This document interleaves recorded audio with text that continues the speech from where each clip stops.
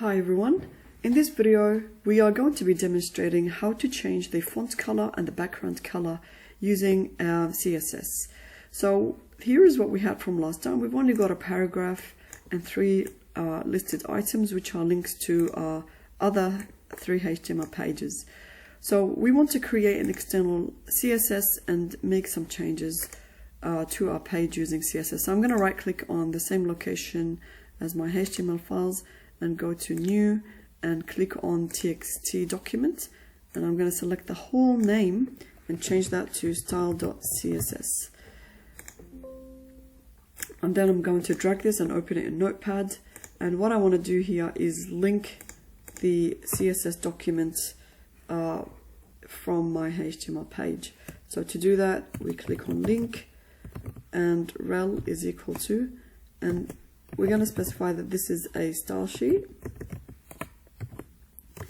and the reference to the location, and since it is located in the same place as this HTML file, so I could just give in the name of the CSS. So nothing pretty much is going to happen if I refresh, no changes. So let's go ahead and add some colors, a background color to our body element. So to specify that, we go body, open and close, and here we will choose the background color property. Okay, and over here we can specify the name of our background. So if I just said orange, and then you can actually see some colors, I'm getting some suggestions here. So orange, not the best color.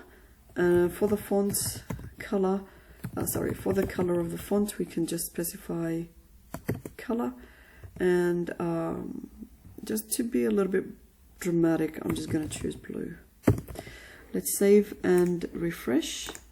So we can see that the background color has changed to orange and the color of the font is blue. Now to get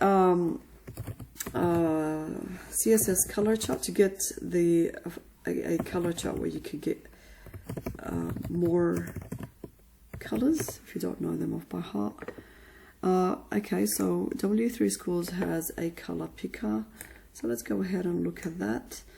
So you can choose a color based on the name or through the hex value or through the RGB as well, RGB value. So you get a lot of names. Okay, so let's just do color by name. Okay, so we get color names from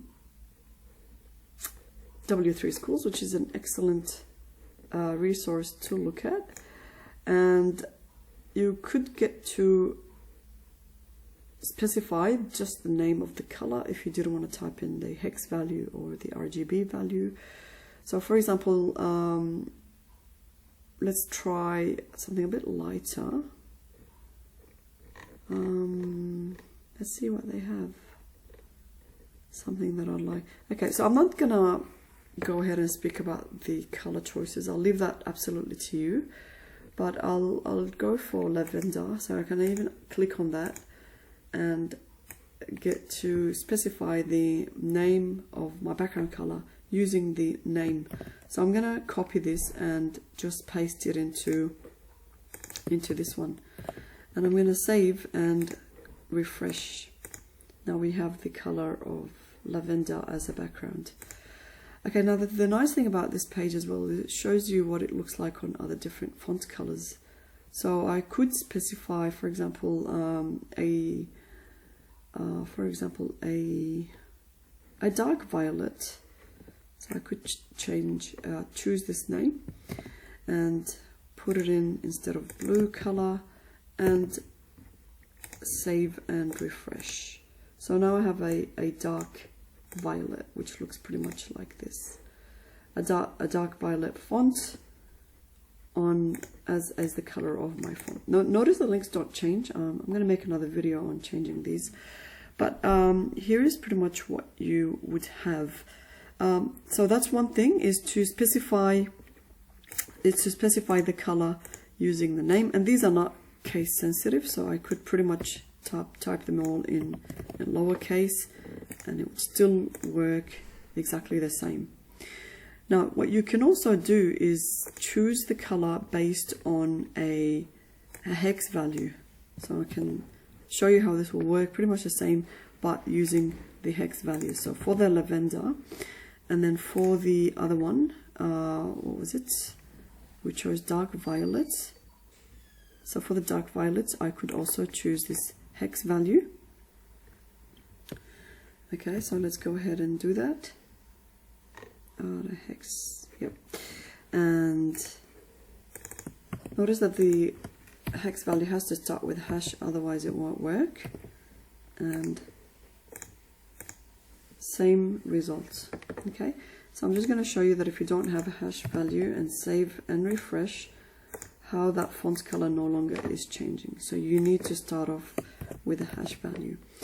Okay, now if you'd like to use a another thing called an RGB value, so you could also do that, and this is the color for red and green and blue, and we could get the RGB value for our, what was it, dark violet,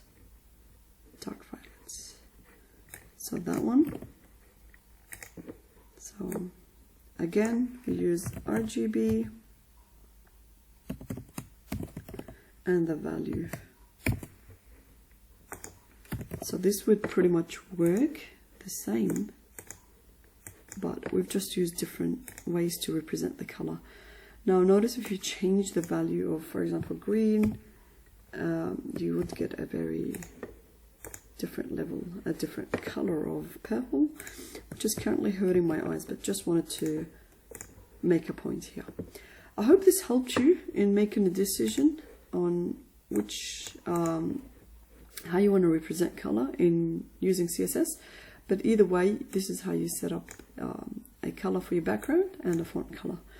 So I hope this was helpful, and I'll see you in future.